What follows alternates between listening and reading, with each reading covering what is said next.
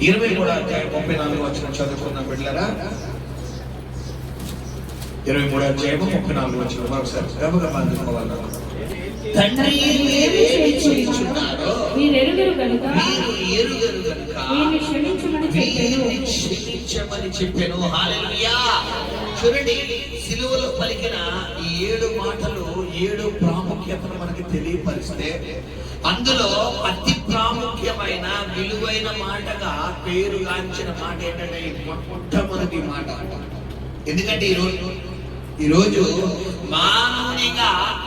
మానవునిలో లేనిది ఏంటంటే అదే ప్రపంచ యుద్ధాలకు ఉదాహరణ. మన ఎగ్జాంపుల్, అమెరికా వాడు అన్నాడు, ఇరాన్ వాడు నాకు క్షమాపణ చెబితే నేను ఇరాన్ క్షమిస్తాను అన్నాడు. ఇరాన్ వాడు అంటున్నాడు, అమెరికా వాడు నాకు క్షమాపణ చెబితే నేను అమెరికాని క్షమిస్తాను అన్నాడు. ఇప్పుడు వీళ్ళిద్దరూ కొట్టుకోవడం వల్ల మధ్యలో ఎవరు పాడైపోతున్నారంటే సామాన్యులు పాడైపోతున్నారు.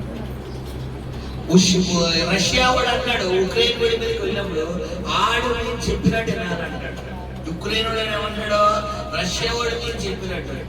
ఇజ్రాయెల్ దేశం వాడు పాలస్తీనా వాడి మీదకి వెళ్ళినప్పుడు పాలస్తీనా వాడు అలాగే, పాలస్తీనా వాడు చెప్పినప్పుడు ఇజ్రాయెల్ దేశం. అంటే ఇక్కడ గమనించండి, పేరుకి వీళ్ళందరూ దేవుడు నమ్ముకున్నారు కానీ వీరి జీవితంలో ఏం లేదు. బిడ్డలు నేడు తిన్నాడా, మార్పు లేదు.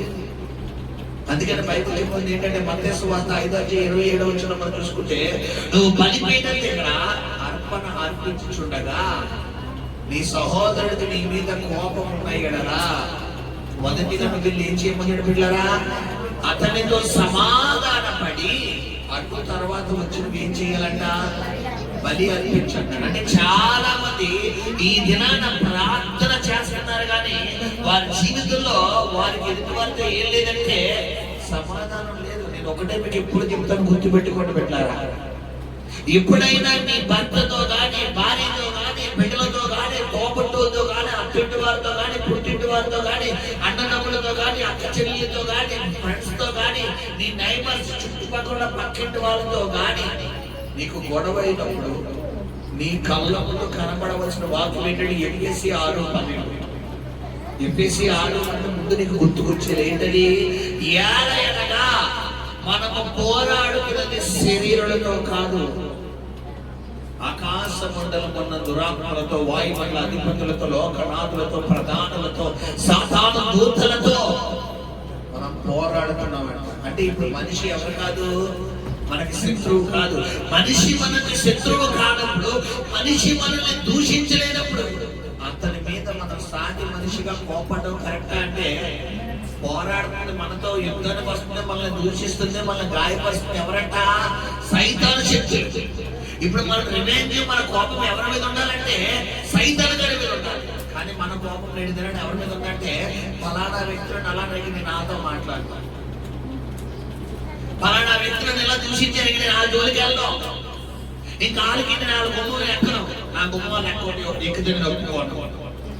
ఈరోజు నేను చెప్తున్న సహోదరుడా, నువ్వు ప్రభువుని నమ్ముకుని ఉన్నావు కదా, ప్రభువుని నమ్ముతున్నావు, ప్రభువుని ఆరాధిస్తున్నావు కదా, మరి నువ్వు ప్రార్థన చేయనప్పుడు ఖచ్చితంగా కొన్ని వాక్యాలని మదిలో గుర్తు పెట్టుకునే ప్రార్థన చేయాలి.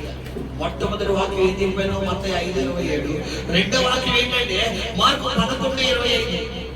ఏం చెప్తుంది 11:25 అంటే, నువ్వు నిలవబడి ప్రార్థన చేయనప్పుడల్లానో నీ సహోదరుడు నువ్వేం చేయాలంట, క్షమించే ప్రార్థన చేయాలి. అలా క్షమించి ప్రార్థన చెయ్యగలిగితేనే నీ ప్రార్థన ఎవరు ఆలకిస్తారంట. ఒకవేళ నువ్వు క్షమించని ఎడల పరలోకమందున తండ్రి నీ పాపాలు ఏం చేయడంట, క్షమించడు. దేనికి లింక్ చేసాడు డైరెక్ట్ గా, మన పరలోకాన్ని లింక్ చేసాడు. ఇప్పుడు ఎవరన్నానే ఆ వదిలే అమ్మంటే నీకేం తెలుసు వదిలేయడానికి, పాస్టర్ గారు మీరు పడ్డారా, మీరు భరించారా, నన్ను అన్నారండి, నన్ను అన్నారు, నన్నండి నేను పడ్డానండి, అందరూ ముందు తిరుగుతున్నారండి, నాకు ఇప్పటిగా చెవులో ఇంకా మాటలు అలాగే ఎరబడుతున్నాయండి. సరే అంతా బాగుంది. ఇప్పుడు దేవుడు వచ్చిన పేగమే కత్తెట్టి ఇలా కత్తెట్టి ఇప్పుడు క్షమిస్తావా లేదా అన్నాడు అనుకో, ఇప్పుడు ఏం చేస్తావు చెప్పండి. ఇప్పుడు కూడా మీరు కోసేసినా కూడా క్షమించినన్నావు అనుకో, నేనేం చేయలేదు. కోసేసినా ఇంకెందుకు బతుకుంటా చెప్తావా, చెప్పాలి. ఇప్పుడు దేవుడు ఏమంటాడు? పేకనే కత్తంటే ఏంటి? నీ పాపాలకు నువ్వు నిలవబడి ప్రార్థన చేయనప్పుడల్లా ఖచ్చితంగా నీ సహోదరుని క్షమించు. అక్కడ యేసు ప్రభు వారిని పెడుతున్న హింసలో 1-2 కలగమిట్ల చిత్ర హింసలు, ఎంత దారుణమైన చిత్రహింసలు పెడుతున్నారంటే ఆయన అరచేతులంట. చూడండి, మామూలుగా చాలా మంది టీవీలో అంటే సినిమాలో యూట్యూబ్ లో మనం చూసుకుంటే అరచేతుల్లో పేగులు కొట్టినట్టు చూపిస్తారు, కానీ ఇంతకే కొట్టింది ఆయనకు అరచేతుల్లో కాదంట. బిడ్డలారా చూడండి, ఈ నాడు ఉంది కదా, దీని లోపల ఒక బోన్ జాయింట్ ఉంటుంది, దీనికి ఇది తిరుగుతుంది కదా ఇట్లాగా. ఈ జాయింట్ దీనికి మధ్యలో గ్యాప్ కూడా చూసారా? ఆ గ్యాప్ లో బిడ్డలారా చేతులకు కొట్టినటువంటి మేకులు బిడ్డలారా దాదాపు ఎన్ని అంగుళాలంటే మనం చూసుకుంటే కనుక 5 అంగుళాలంట. ఎన్ని అంగుళాలంట? చేతులకు కొట్టిన మేకులు 5 అంగుళాలు. అంగుళం అంటే ఎంత? ఇప్పుడు ఎలాంటిది అంటే ఎంత? ఒక చేతులు ఇక్కడ కొట్టింది. కాళ్ళకు కొట్టిన మేకులు 11 అంగుళాలంట. అంటే ఇది 3 అంగుళాలు, ఇది 6 అంగుళాలు, ఇది 9 అంగుళాలు, 11 అంగుళాలు. తర్వాత క్రాస్ అడ్డంగా పెట్టిన ఈ చెక్క ఏదైతే అది 60 కేజీలు. ఈ క్రాస్, ఈ నిలువులు 60. ఈ క్రాస్ కి ఇలా నిలువుగా చూసారా? ఈ చెక్క 60 కేజీలు, ఇది 60 కేజీలు. దీని కింద ఈ బాడీని యేసు ప్రభు వారికి ఇక్కడ ఈ నాడికి ఇక్కడ మేకులు కొట్టారు. బిడ్డలారా ఇక్కడ ముండ్ల కిరీటం పెట్టినప్పుడు ఆ మొదటి కొంచెం చెప్తాను చూడండి. ఇక్కడ ఒక చెక్కను పెట్టారు. ఆ బాడీ ఏమవకూడదని, కింద పడకూడదు. ఒకవేళ ఈ బాడీ కింద పడిపోయి త్వరగా మనిషి చనిపోతాడేమోనని, మనిషి చనిపోకూడదని అతడు చనిపోయేంత వరకు ఆ శ్రమను భరించాలి అనే ఉద్దేశంతోనే ఆయన హింసలు చేస్తారు. తర్వాత మనం చూసుకుంటే కనుక ఆయనకి సెపరేట్ గా వాడినటువంటి కొరడా ఏదైతే ఉందో బిడ్డారా, ఆ కొరడా కూడా మిగతా సిలువ వేయబడిన వారు ఎవ్వరికి ఆయన వాడలేదు, ఎవరికి వాడలేదు. ఈయనకి స్పెషల్ గా ఆ కొరడా అంట 1.5 అడుగు చెక్క. ఈ చెక్క ఏదైతే ఉందో కొరడా పట్టుకుంటాం కదా, ఆ కొరడా అంట 1.5 అడుగు చెక్క. ఆ తోలు ఏదైతే కొరడా తోలు ఉందో అది 1.5 మీటర్ తోలు బెల్ట్ అంట. ఆ బెల్ట్ అయితే ఆ చివర దాదాపు హాఫ్ మీటర్ బిడ్డలారా దాన్ని మరి ఒక డివైడ్ అంటే శాఖగా వివరించి దాదాపు 4 తాళ్ళుగా ఒక నవారు తాడు ఇంటితే ఎలా ఉంటుంది బిడ్డలారా, అలా 4 తాళ్ళుగా విప్పి ఒక్కొక్క తాళ్ళుకి ఏమో గాజు బెంకులు శుభ్రంగా నూరేసి ఆ తాడుకి చివరన మరి కీలు అంటే ఏంటి గమ్ము పూసి ఏం చేశారు? ఆ గాజు బెంకులు అంటించేసాక దానికి శేషముతో తయారు చేసిన ఒక బాల్ అంటే ఇనుముతో తయారు చేసిన బాల్ దానికి కట్టి బిడ్డలారా ఒక ఎముక కట్టారట. ఎముక ఏముంది కదా చెప్పాలి, ఎరగదు ఎముక. ఆ ఎముక కట్టి బిడ్డలారా 2 వ్యక్తులు అంటే నా వంక చూడండి ఇలా ఎక్సాకారంలో, నా వంక అందరూ చూడండి, ఎక్సాకారంలో ఆయనను ఇలాగా నా వంక చూడండి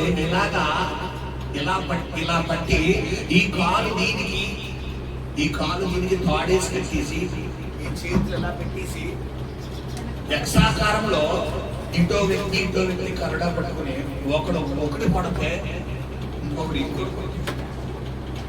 అలాగా ఒకటి తక్కువ 40 కొరడా దెబ్బలు పడితే చరిత్రకారులు చెప్తున్నటువంటి ఆ యొక్క విధానం ఏంటంటే బిడ్డలారా గమనించండి, ఒక్కొక్క కొరడా దెబ్బ కంటే 100 గ్రాముల నుంచి 150 గ్రాముల మాంసం బయటకు వచ్చింది. 100 గ్రాములు అండి. ఇదంతా వారు తెలిసి చేస్తున్నారా తెలియక చేస్తున్నారా చెప్పాలి. తీసుకుంటూనే సైలెంట్ గా వాక్యం విన్నారు. తెలిసి చేస్తున్నారా తెలియక చేస్తున్నారా? తెలిసే చేస్తున్నారు. ఇంత చిత్రహింసలు పెడుతున్నా కూడా యేసు ప్రభు వారిలో వచ్చి వచ్చిన అమూల్యమైన పలుకులతో కూడిన మాట, మొట్టమొదటి మాట ఏంటి బిడ్డలారా? తండ్రి మీరేమి చేయొచ్చు వీరు ఎరుగరు కనుక వీరిని క్షమించుడి అండి. హల్లెలూయా. మనం ఇంకా చూసుకుంటే కనుక బిడ్డలారా, ఆయన శిరస్సు ఏదైతే ఉందో ఇక్కడ గమనించండి బిడ్డలారా. ఇక్కడ ఏంటంటే ఒక పక్కనేమో మొండ్ల కిరీటము, ఒక పక్కనేమో కొరడా దెబ్బలు, ఒక పక్కనేమో నలుగురు. ఇలా చేస్తుంటే చూడండి, ఆ తల మీద పెట్టబడిన ముండ్ల కిరీటం ఏదైతే ఉందో బిడ్డారా, ఆ ముండ్ల కిరీటం అంట అది ప్రత్యేకంగా అది ఒక యెరూషలేము దేశంలో స్పెషల్ మొక్క అంట. దాని పేరంటే యుఫోర్బియా. ఏం పేరమ్మా? యుఫోర్బియా అనే ద క్రీస్ట్ టర్మ్. ఆ చెట్టు పేరు యుఫోర్బియా అనే ఒక చెట్టు అంట. ఆ చెట్టు నుండి ఒక కొమ్మను తీసుకుని ఆ కొమ్మని ఇలా ఉంచి ఒక్కొక్క కొమ్మకి ఒక్కొక్క ఆ ముళ్ళు ఎంత ఉంటుందంటే 1.5 అంగుళం. ఒక్కొక్క ముళ్ళు ముళ్ళరా, ఒక్కొక్కన్నర అంగుళం ముళ్ళు ఆ కొమ్మ నిండా ఉండి ఆ కొమ్మని ఎలా సర్కిల్ చేసి దాన్ని ఎలా కట్టి దీన్ని పెట్టి చెక్క పెట్టి ఇలా కొట్టగానే తలలో ముళ్ళు దిగిపోయిన తర్వాత ఈ తల నరాల్లోంచి రక్తం కంటిలోంచి పడుతుంటే కంట్లో కళ్ళు మూసుకుపోతాయి కదా పెట్టారా. కళ్ళు మూసుకుపోతే కోపం మీద ఒకటి కొట్టి నేను కుట్టిన వాడు ఎవడో చెప్పన్నారంట. చెప్పాలి ఎంత ఘోరమైన. ఈరోజు శిలువ మరణం అంటే ఏదో 2-3 మేకలు కానడం కాదు. ఆయన మామూలుగా శ్రమ పొందలేదు పెట్టారు. ఆయన మామూలుగా శ్రమ పొందలేదు. చిత్రహింసలు ఇలా ఉన్న సందర్భంలో శిలువ ఎప్పుడైతే ఈ శిలువకి ఎక్కలేదు, ఎక్కక ముందే శిలువకు కొడుకోబెట్టి ఈ మేకులు కొట్టి కొరడాంతా కొట్టిన తర్వాత ఆయన్ను యెరూషలేము వీధులలో నడిపిస్తూ ఆయన ఒక అంగీ తొడిగారట. ఆ అంగీ బిడ్డలారా తొడిగి, ఆ అంగీ పేరేంటంటే బిడ్డలారా కనూష్ అనే ఒక రాజుగారు వేసుకునే కోట్. అంటే ఈయన ఏమని చెప్తున్నాడు ప్రజలకి? నేను యూదులకు యాక్చువల్లీ ఇది ఏ రాజు అంటే పరలోక సంబంధమైన రాజు అని చెప్తుంటే వాళ్ళే రాజు అనుకుంటారంటే లోక సంబంధమైన రాజు. ఈయన రాజు కదా అని బిడ్డలారా ఒక చెంకీలతో, అంటే ఇప్పుడు చున్నీలు ఉంటే ఆడపిల్లలు చున్నీలు చూసారు, చెంకీ చున్నీలు. ఆల్రెడీ వీపు నిండా భయంకరమైన రక్తపోట్లు ఉంటే, ఆ నాటులు ఉంటే ఈ చున్నీ అంట ఇలా బాడీకాయ తుడిగి దాన్ని ఇలా అని దారుణంగా చూడలేదు.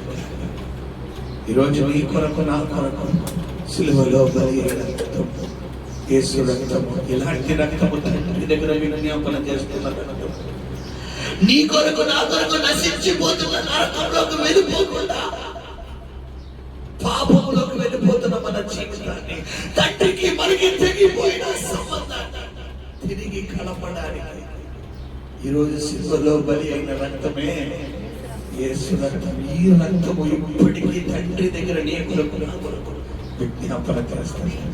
ఈరోజు దేవుని నమ్మి దేవుని ఆరాధిస్తూ నువ్వు చెప్తున్న మాట ఏంటంటే, నేను క్షమించను, నేను క్షమించాల్సిన అవసరం ఇదేనా? ఇదేనా నువ్వు దేవుడి నమ్ముకుని చెప్తున్న మాట కాదా? ఎంత భయంకరమైన చిత్రహింసలు భరిస్తూ కూడా ఆయన సిలువలో పలికిన మొట్టమొదటి మాట ఏంటి బిడ్డలారా? తండ్రి మీరు ఏం చేయుచున్నారో హల్లెలూయా. ఇదే మాదిరి ఈ రోజు నువ్వు నేర్చుకోవాలి. ఈ గుర్తుపెట్టడానికి ఒక తీర్మానం తీసుకోవాలి. ఇక్కడ నుండి నేను ఎవరిని కోపండి, ఎవరేమనుకున్నా అనుకోని, ఎవరైనా తిట్టుకుంటే తిట్టుకోని. ఇప్పుడు సహోదరు చూడండి, నాకు ఒక మాట చెప్పారు, మనం రోడ్డు మీద అందరికీ నచ్చాలంతా లేదు, నచ్చిన వాళ్ళకి నచ్చుతాం. లేదో అన్నారంటే మనం పట్టించుకున్నాము ఖచ్చితంగా అక్కడ అక్కడ ఏమవుతుంది? విని వదిలేస్తే మనకు సంబంధం లేదు, మనం విని వదిలేయాలి. రోడ్డు మీద అన్ని కుక్కలు అరుగుతాయి, కుక్కలు అరుగుతాయి. ప్రతి కుక్కకి మనం సమాధానం చెప్పుకుంటూ వచ్చామనుకోండి, ఇంటికి వెళ్తామా? వెళ్ళాం, మనం పక్క నుంచి పోవాలంటే. గమనించండి, ప్రభు నీకు నేర్పిన మొట్టమొదటి మాట, తండ్రి వీరేమి చేస్తున్నారో ఎంత చిత్రహింసలు పెట్టారో ఒక భాగాన్ని మీరు తెలియపరచారు. మిగతా భాగం నా మాట వచ్చినప్పుడు నేను మీకు తెలియపరుస్తాను. మొట్టమొదటిగా ఈరోజు ఈ మొట్టమొదటి మాట నేర్చుకోవాల్సిన విధానం ఏంటి? ఇప్పుడు దాకా నీ జీవితంలో ఎవరినైతే క్షమించలేకపోయావో ఈ క్షణాన నువ్వు వాళ్ళని మనస్ఫూర్తిగా క్షమించు. ఖచ్చితంగా నీ ప్రార్థన దేవుడు ఆలకిస్తాడు. శబ్దంగా స్తోత్రం చెల్లిద్దామా? పరిశుద్ధుడానికి స్తోత్రం. నాయన సిలువలో పలికిన మొదటి మాట మరి విజయవంతంగా చెప్పడానికి వచ్చిన ధన్యతను బట్టి వందనాలయ్యా. నీ కృపను బట్టి నిజమైన బాబా సిలువలో మీద ఇంత చిత్రహింసలు భరిస్తూ ఇంత ఘోరంగా నరకాన్ని అనుభవిస్తూ కూడా మమ్మల్ని క్షమించగలిగారంటే నాయన నిజంగా నీ ప్రేమ వర్ణనాతీతం ప్రభు, నీ కృప వర్ణనాతీతం నాయన. మీరు మాట్లాడిన మాటను బట్టి నీకు కోటాను కోట్ల వందనాలు చెల్లిస్తున్నాము. ఈ సమయంలో నీ రెండవ మాట నీ కుమారుడు జాన్ గారు చెప్పబోతుండగా నీ కుమారుడు నోటిని మీరు అభిషేకించండి, ఆశీర్వదించండి, దీవించండి, వర్ధిల్లింప చేయమని వేడుకొని కృతజ్ఞతలు చెల్లిస్తూ యేసు నామమున ప్రార్థిస్తున్నాం తండ్రి. ఆమేన్. హల్లెలూయా.